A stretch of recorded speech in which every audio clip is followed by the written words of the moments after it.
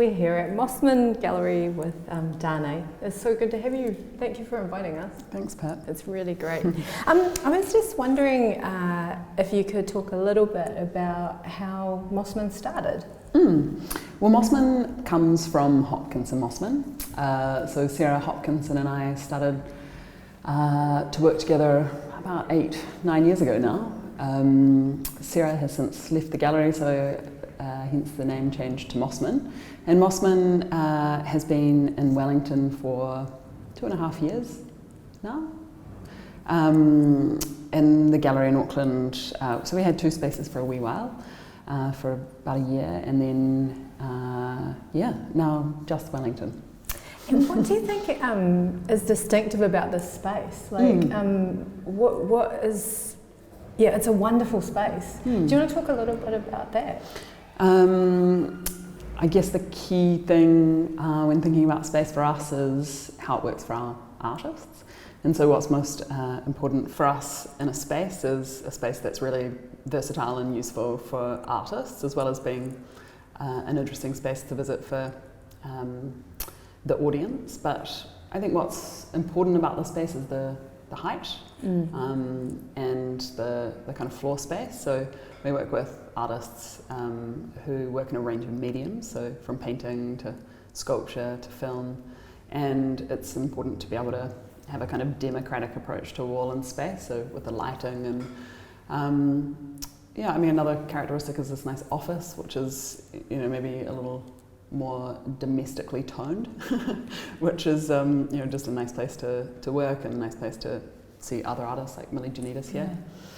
But I think any space that we have is always being driven by its kind of potential to meet the needs of artists more than being a kind of object in itself. Can you talk a little bit about that relationship of you and the gallery with the artists? Like, what do you think is your role in that relationship, maybe?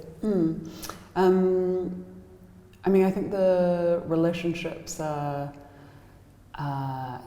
they're diverse across a range of artists, but I think I see my role as kind of facilitating the kind of evolution of ideas in a practice, and so to support artists to make the works that they want to be making, and that support comes in all kinds of ways. I mean, it's being a physical bricks and mortar space to show work and present the new ideas in a practice, but it can go towards fundraising for bigger projects, be it here or internationally, making books. I guess being in touch with curators and keeping them up to date with what artists are doing. So it's quite a wide-ranging role. I think that's what makes it most interesting, and I think it's something that for me is really important, that whatever the artist wants to get out of their practice, that we can facilitate them to do that. That sounds amazing. I'm wondering if there's could you tell us a little bit about the type of artists that you're drawn to work with, or how does that work? I think for me the artists that I'm drawn to are I don't know if there's a particular type, but I think their intention to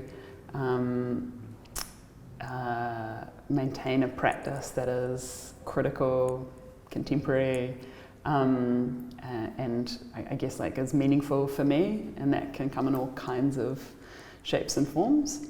So I think I have to feel a really strong connection to that practice, and also to see a role also in the gallery, being able to support the artists in the art world. Awesome. Can we talk a little bit about the show that's on here at the moment? And I'm wondering if you could perhaps talk about the genesis of that show and your relationship with Séraphine, maybe. Well, this is an exciting first show of Séraphine in the gallery. She is an extraordinary painter with a reputation that precedes her, so we feel very privileged and honoured to be representing Séraphine now. I have followed Séraphine's practice for decades, and we'd never worked together before, but we knew each other.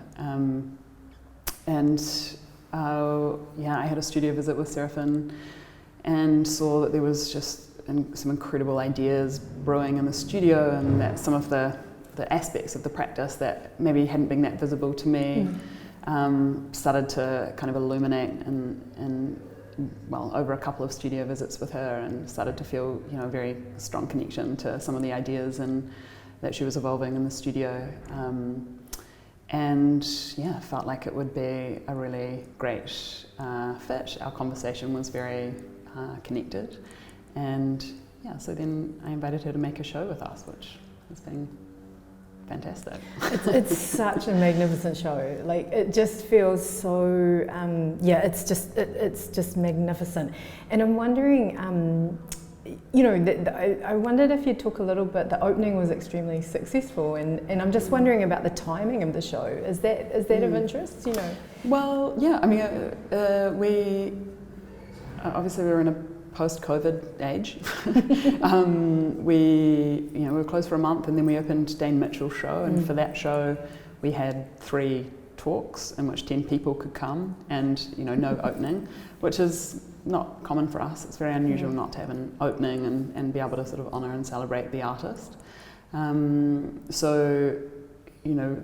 was our experience of the last show, and then when we opened Séraphine's show, we had 150, possibly 200 people, which was fantastic. And I think, it's partly, I think, people wanting to mingle and socialise again, and then partly also Séraphine being a very well-respected artist in this city. I mean, nationally, but a very well-respected artist in the city, and so people were very eager to see her, the kind of results of the last couple of years' work, which this is her first show in Wellington for 3 years. Séraphine is not the only painter that you represent, and I was just thinking, like, this work is magnificent, and I wonder if you could talk a little bit about it. Well, this work, it is an extraordinary work by an extraordinary young painter called Millie Janidis. So she is a New Zealander who studied at Elam and then went to the Royal College in London. London, I guess her experience in London was very much based on kind of evolving her ability to move paint around a surface, and kind of untangle ideas through paint. Her work is very literary, in a sense that she's often taken her starting point for a painting being the feeling or sensation that she takes from reading, and kind of working that up through paint, and then the paint sort of takes over. But she's an amazing New Zealand artist that's based between Portugal and Sweden, complicated COVID reasons, and so she's one of a few of our artists that are based overseas. So a number of New Zealand, that doesn't make any sense, but quite a few of our painters are based, not painters, quite a few of our artists are based overseas. So New Zealand artists that want to establish a connection to a particular location, and so we work to support their practice translating it back here, or supporting their work by taking it to art fairs, or whatever we can do to kind of facilitate their relationships in the context that they want to work in. So That's Millie's awesome. one of those. Oh my gosh, and it's such a magnificent, and sitting here with the sun on it is just so great. Thank you. Yeah, pleasure.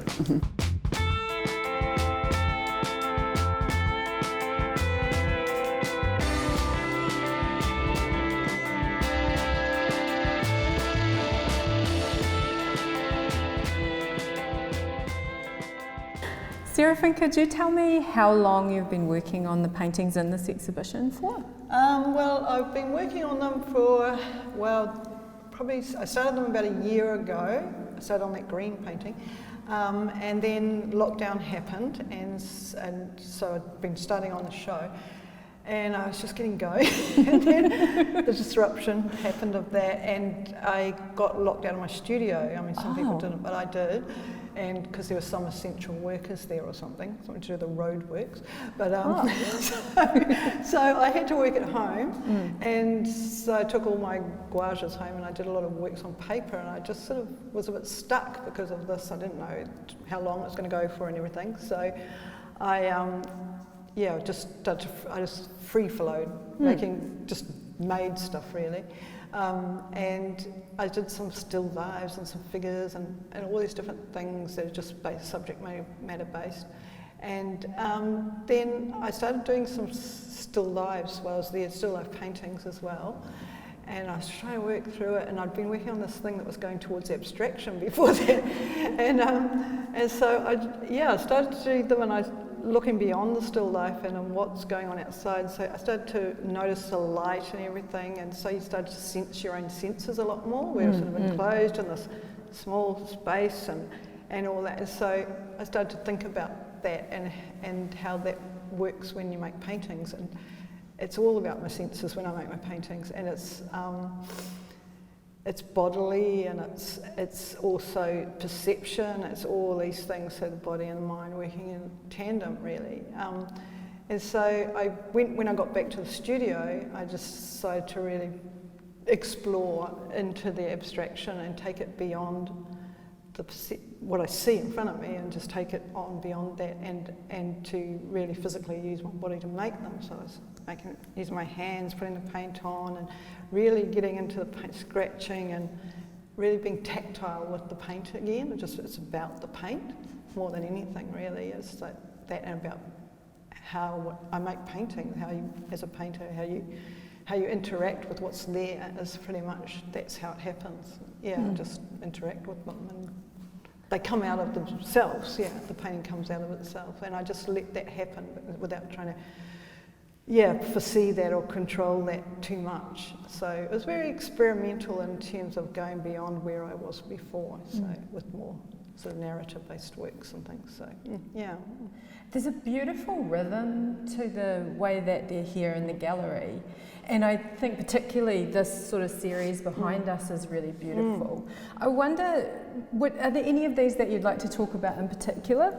Well, just talking about these three, we've got sort of one that's more, makes you sense the landscape. So it's very much about the space around you and being spatially aware of your body. And then you've got the figurative one, which becomes more of a thing where you're engaging with a human.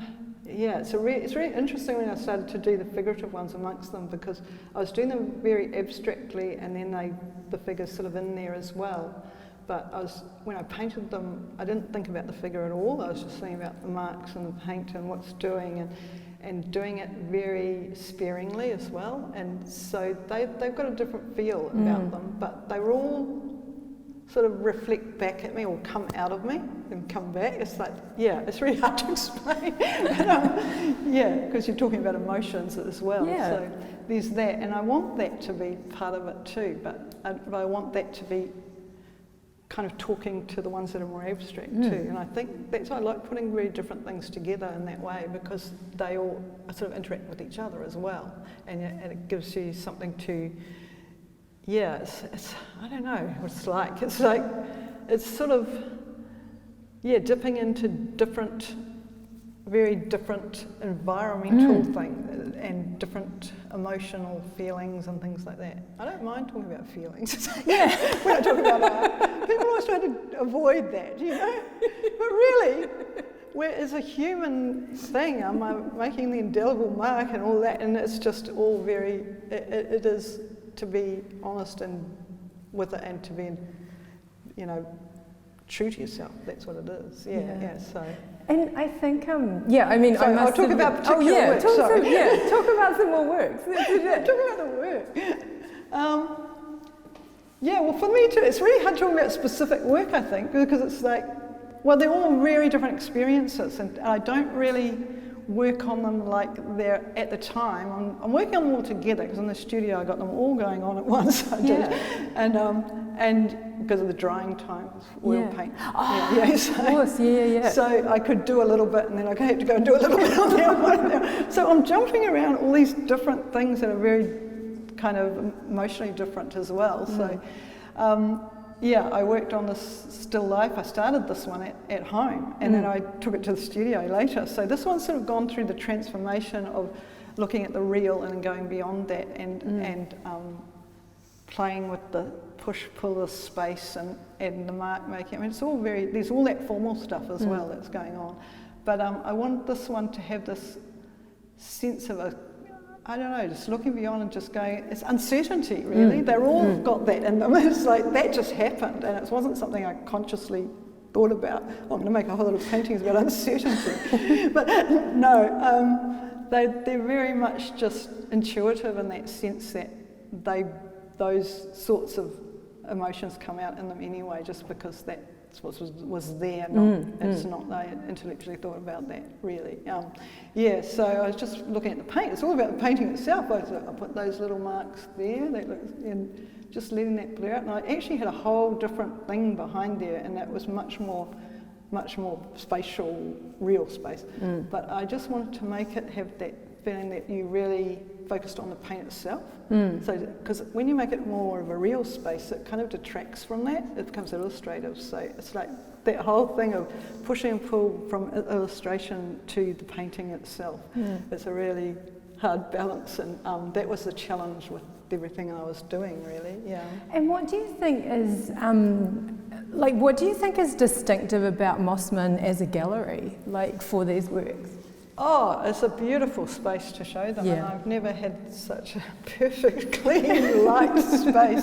It's like it takes all the distraction away, and you actually can see the work, and that was what was interesting, bringing it in from the studio, because it was chaos in my studio. Paint tubes everywhere, and rags, and everything. It was a complete mess in there. I mean, she must have thought I was crazy.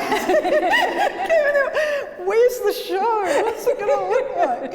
And that's always the thing. I really feel sorry for it in that way. But somehow I kind of have to go into chaos to actually, because I get down and dirty with it, really, get right into it, and not try to be all precious about it. And because that makes you too self-conscious. And so I just wanted to just let go. So it was a big mess. And anyway, and bringing them in here, I actually could see them for the first time, and it made me see them in a completely different way. And now I'm processing that and working out what to do next from that, and how that all goes from here. So it's been great. It has been great. Thank you so much for your work. Thank you so much for this exhibition. It's just incredible. Thanks heaps. Yeah, great. Thank you.